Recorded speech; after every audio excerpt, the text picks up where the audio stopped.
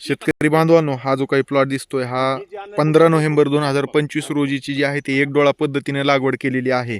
आणि आपण जर निरीक्षण जर घेतले तर एक लक्षात येईल, आता थंडी बऱ्यापैकी आपल्या ह्या भागामध्ये वाढलेली आहे. परळी आणि ह्या परभणी भागामध्ये आपण बऱ्यापैकी जर पाहिलं तर त्याच्यामुळं काय व्हायलंय की काही स्पेसिफिक व्हरायटी आहे, जसं 13-0-0-7चा हा प्लॉट आहे, किंवा 96-32 मध्ये असेल, किंवा फुले ऊस 15-0-0-6 मध्ये हे पानं जे काही, आता हा जो काही जांभळसर जो काही रंग दिसतोय, लालसर जांभळसर, तर हे मेजर जो आहे तो प्रॉब्लेम बऱ्याच ठिकाणी दिसतोय.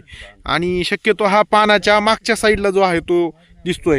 तर हे जे अशा पद्धतीच्या छट्या येण्याचं कारण काय आहे, तर हे काही ठिकाणी असं समोर पण दिसत आहे, जुन्या पानांमध्ये दिसत आहे.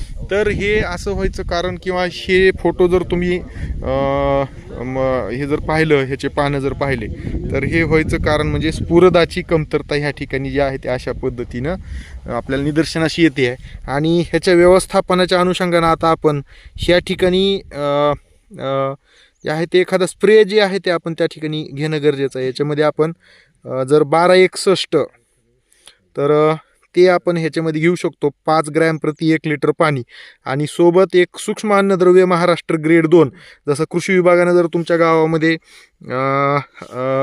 जर सूक्ष्म अन्नद्रव्य ग्रेड 2च्या बॉटल दिल्या असतील तर ते तुम्ही वापरू शकता, 1 मिली प्रति 1 लिटर पाणी. किंवा VSIचं मल्टी मायक्रोन्यूट्रिएंट भेटतं मार्केटमध्ये, तर ते सुद्धा तुम्ही वापरू शकता, 1 मिली प्रति 1 लिटर पाणी.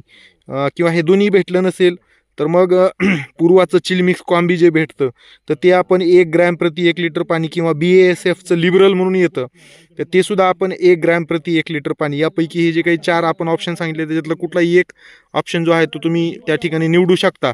आणि 1261 जो आहे तो 5 ग्रॅम प्रति 1 लिटर पाणी याप्रमाणे आपण घ्यावं. सध्या पोंगेमर जे आहे ते कुठंच काही दिसत नाही आहे, त्याच्यामुळं पोंगेमरीसाठी वेगळं काही कोराजन घ्यायची आवश्यकता नाही. मात्र ज्या ठिकाणी ह्याच्या आधी सप्टेंबरचं प्लांटेशन आहे त्या ठिकाणी पोंगेमर झालेली होती, किंवा त्या ठिकाणी आणखीनही ते दिसतंय, तर अशा ठिकाणी मात्र आपण कोराजन जे आहे ते त्या ठिकाणी ह्या स्प्रेमध्ये जे आहे ते आपण घ्यावं, आणि त्याची सुद्धा फवारणी जी आहे ते आपण त्या ठिकाणी करावी.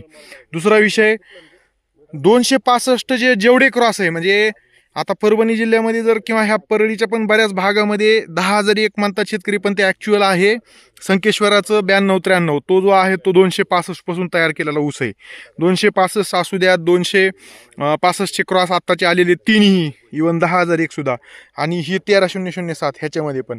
तर ह्या ठिकाणी जे आहे ते बुरशीजन्य रोगाचा, तांबेराचा प्रादुर्भाव होतो.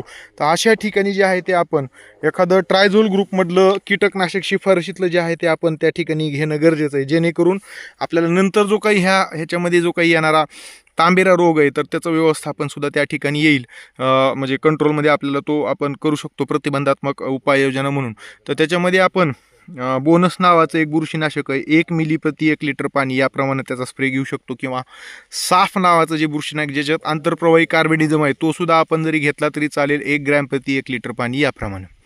ह्या पद्धतीनं आपण अशा पद्धतीनं आत्ता त्या थंडीच्या परिस्थितीमध्ये जी काही लालसर पानं व्हायलेले तर त्याचं व्यवस्थापन जे आहे ते आपण ह्या ठिकाणी करू शकतो. हा प्रयोग आम्ही केलेला आहे कौडगाव साबळा ह्याच्यामध्ये.